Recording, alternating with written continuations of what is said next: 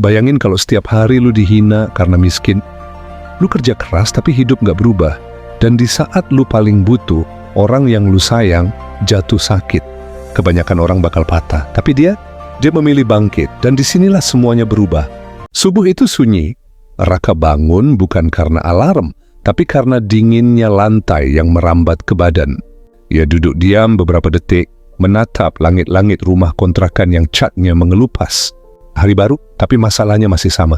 Di dapur kecil hanya ada 2 piring, 1 gelas, dan panci tua. Ibunya sedang mengaduk bubur encer yang lebih banyak airnya daripada berasnya. Maaf ya, Ra, cuma ini yang ada. Raka tersenyum kecil. Nggak apa-apa, Bu, yang penting kita makan.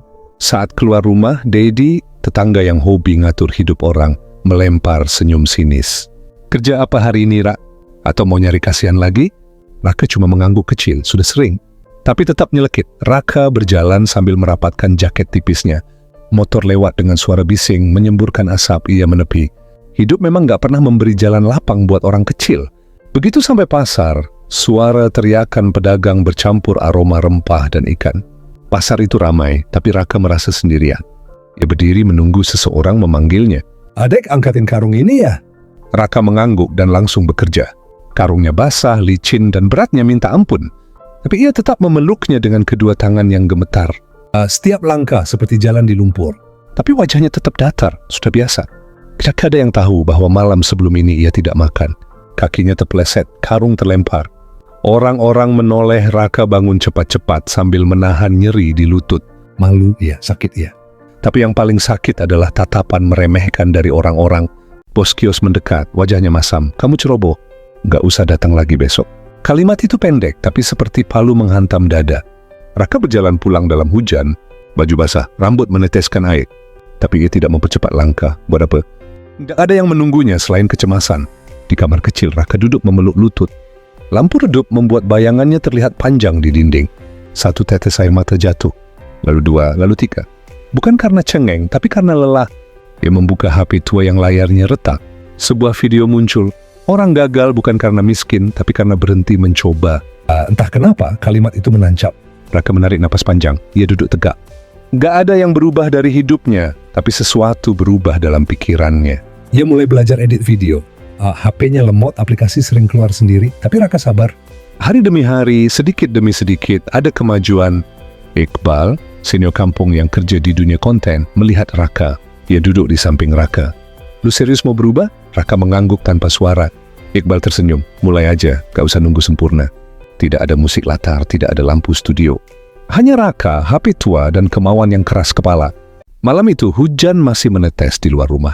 Raka duduk sendirian di ruang tamu kecil. Hanya lampu 5 watt yang menerangi wajah lelahnya. Membuka ulang video yang tadi. Ya, ulang lagi. Sampai ia bisa hafal kalimatnya. Gue gak mau hidup begini terus. Bisiknya pelan tapi tegas. Raka meminjam tripod kecil dari tetangga. Dari bambu patah sedikit di ujungnya. Tapi itu cukup, ia mulai rekam suara. Awalnya grogi, suara pecah. Jelek banget gumamnya. Tapi ia coba lagi, dan lagi, dan lagi. Untuk pertama kalinya dia merasa melakukan sesuatu untuk dirinya sendiri. Ia mencoba memasukkan musik latar. Ternyata nggak sinkron, videonya kepotong. Audio pecah, di titik ini banyak orang berhenti. Tapi Raka tidak, ia sadar. Perubahan itu selalu mulai dari kegagalan kecil. Ibunya berdiri di pintu, membawa gelas air hangat. Raka, kamu dari tadi ngapain? Raka tersenyum, masih menatap layar HP. Aku lagi belajar, Bu, biar bisa punya masa depan. Ibunya duduk di sampingnya, terserah mau jadi apa. Ibu selalu dukung. Kalimat itu seperti pelukan yang menenangkan. Setelah berjam-jam, videonya jadi tidak sempurna. Tidak indah, tapi itu hasil keringatnya sendiri. Saat menekan tombol upload, tangan Raka gemetar. Gimana kalau nggak ada yang nonton? Tapi ia tekan juga, bismillah. Raka cek HP berkali-kali. Mbak view, 1 komentar spam. No like. Gak apa-apa. Gue baru mulai, ucapnya. Menenangkan diri sendiri. Saat sore, ia buka HP. 12 view Raka tepaku. Ini beneran ada orang-orang yang nonton? Ia senyum kecil. Untuk pertama kalinya setelah sekian lama, ia merasa dihargai. Ia mulai rekam lagi, belajar lagi, edit lagi. Setiap kesalahan membuatnya sedikit lebih baik. Sedikit saja, tapi cukup untuk membuatnya terus jalan. Pagi-pagi, Raka mendengar suara barang jatuh. Ia lari ke dapur. Ibunya tergeletak di lantai, wajah pucat. Bu, suara Raka pecah.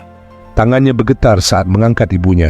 Raka duduk di bangku rumah sakit menatap dinding kosong. Tangannya menggenggam plastik obat yang harganya melebihi uang tabungannya. Ia mengusap wajah, menahan tangis. Tuhan, jangan ambil satu-satunya orang yang gue punya. Ibunya tidur dengan selang infus. Raka duduk di sampingnya, menunduk. Lampu kamar rawat menyala redup. Ya, ia membuka HP bukan untuk hiburan, tapi untuk mengalihkan rasa takut. Ia mulai edit video lagi. Bukan karena ambisi, tapi karena ia butuh uang untuk menyelamatkan ibunya. Sudah jam 2 pagi, matanya berat. Tapi ia tetap edit, tubuh boleh lelah. Tapi hatinya mengamuk, gue gak bisa kalah sekarang. Ibunya membuka mata pelan. Raka menoleh cepat. Ibu bangga sama kamu. Kalimat itu sederhana, tapi menyalakan kembali sisa tenaga yang hampir padam. 3 hari kemudian ia upload video lain. Niatnya hanya ingin konsisten, tidak punya ekspektasi. Tapi malam itu, notifikasi HP berbunyi terus. Terus.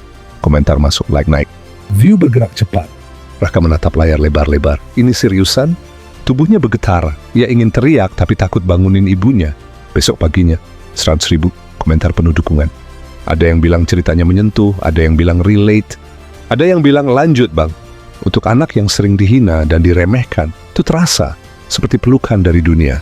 3 hari kemudian, angka itu muncul 1 juta view. Raka memegang HP dengan kedua tangan. Air matanya jatuh begitu saja, ia tidak peduli. Ia menangis karena bahagia, karena lega, karena akhirnya hidupnya mulai berubah. YouTube mengirim notifikasi monetisasi, ada angka kecil di sana. Tidak besar, tapi cukup untuk membayar obat ibunya. Bu, aku bisa bayar. Beberapa hari kemudian, ibunya pulang. Masih lemah, tapi tersenyum. Terima kasih ya nak. Raka memeluk ibunya lama, sesuatu yang sudah lama tidak ia lakukan. Raka membeli tripod murah, lampu 20.000. Dia mulai serius, mulai belajar thumbnail. Mulai baca komentar-komentar dengan senyum kecil. Tetangganya yang dulu menghina tiba-tiba jadi ramah.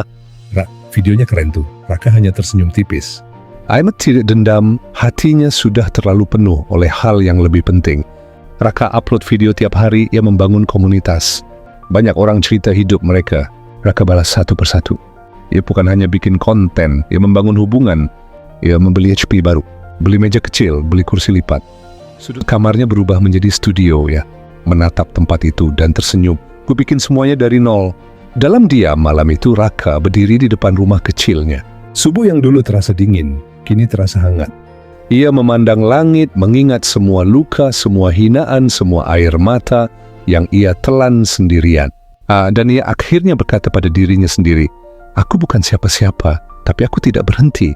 Dan itu cukup untuk mengubah hidup gue. Bukan orang lain yang menentukan hidup kita, tapi langkah kecil yang kita ambil setiap hari. Kalau cerita ini menyentuh kamu, mungkin itu tanda bahwa kamu juga punya kekuatan besar dalam diri. Cerita seperti ini akan terus aku bagikan. Sampai kita sama-sama jadi versi terbaik dari diri kita. Dan pada akhirnya, bukan dunia yang menentukan siapa kita, tapi pilihan-pilihan kecil yang kita buat setiap hari.